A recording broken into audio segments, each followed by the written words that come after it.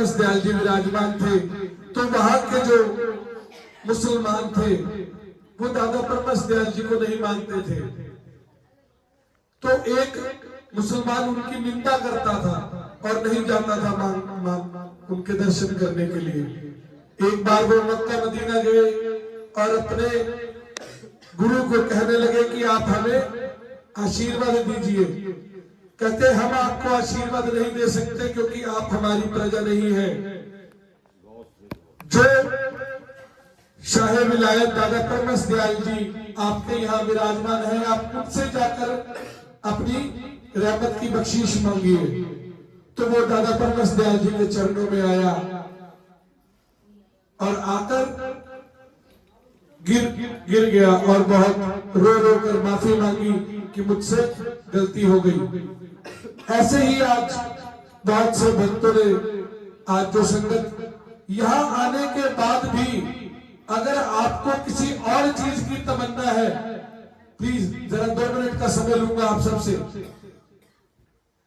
कि यहाँ आने के बाद भी अगर आपको लगता है कि इस धरा पर कोई और जगह है जहां आपकी मनोकामना पूरी हो सकती है, तो ऐसी कोई जगह इस तीनों लोकों में नहीं है।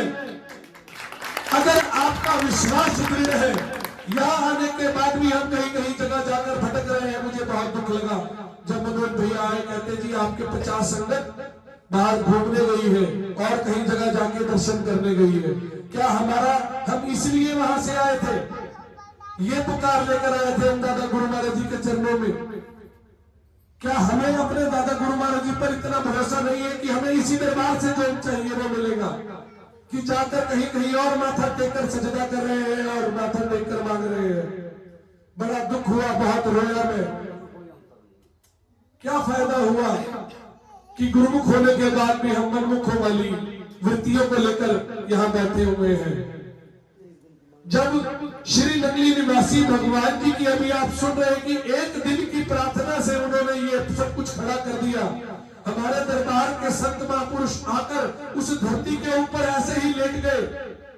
हमें उस चीज की अहमियत समझ नहीं आ रही, तो फिर कहां भटकेंगे। यहाँ आकर भी अगर इनके नहीं हुए तो फिर इस तीनों लोकों में उस इंसान की कोई और जगह नहीं है।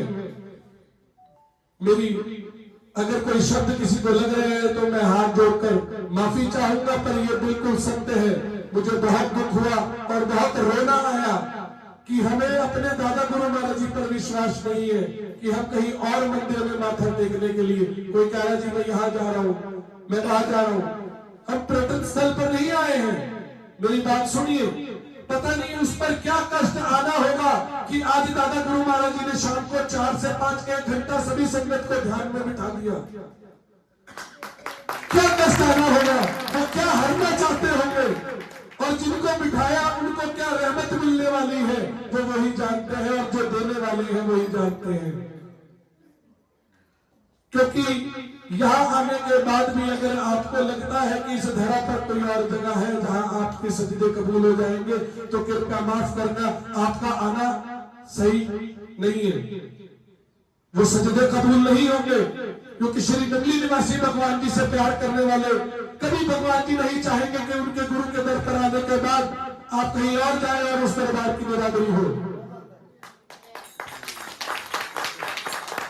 तो अपनी वाणी को यही विश्राम दूंगा और सभी से बेनती करूंगा कि 9:30 बजे दोबारा पुनः ये प्रोग्राम शुरू होगा। केक की सेरेमनी है। हाँ जी, 1-2 लाइनें अंकल प्लस करना चाहेंगे कोई तो।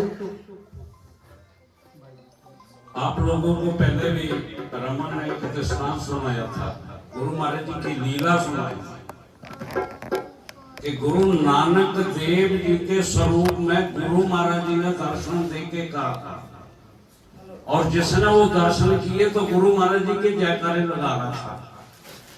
अपने भाई को वो बता रहा था, देखो ये गुरु नानक देव जी को कह रहा था, देखिए गुरु महाराज तो बैठे हैं, गुरु महाराज तो ये बैठे हैं, और मेरे को बताओ गुरु गोविंद सिंह में और इनमें कोई अंतर है?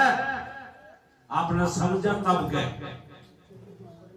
आपने गुरु नानक देव और गुरु महाराज जी में अंतर समझा तब गए, जबकि दादा गुरु जी के वचन थे कि अगर मानो तो यही कृष्ण, कहो तो कृष्ण है, राम कहो तो राम है, नानक कहो तो नानक है, कबीर कहो तो कबीर है।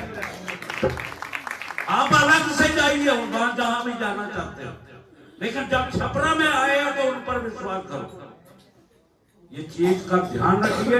आपने जो आज अमृत वर्षा दादा गुरु महाराज जी ने और श्री महाराज जी ने की, वो खो दी। जो उन्होंने आज अमृत वर्षा की वो आपने खो दी और आपने कुछ नहीं पाया, क्योंकि आपने श्री महाराज जी और दादा गुरु जी में और गुरु गोविंद सिंह में अंतर कर दिया।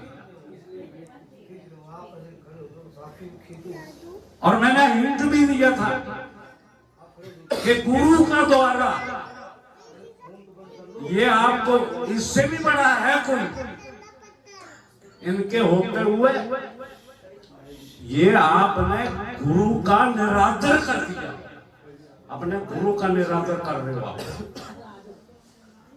और ये भी विचार करिए, आप लोग सही में उनको बता के नहीं रहे। 40 आदमी जा रहे हैं और उन्होंने जो लंगर तैयार कर दिया था वो कौन खाता?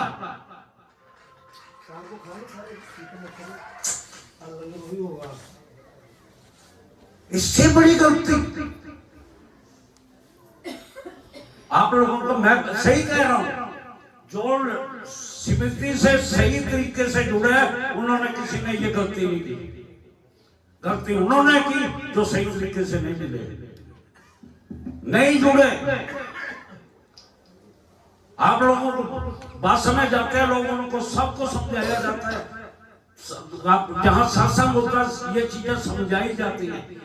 हमारे गुरु महाराज जी में, भगवान कृष्ण में, गुरु नानक देव में, संत कबीर में कोई अंतर नहीं है।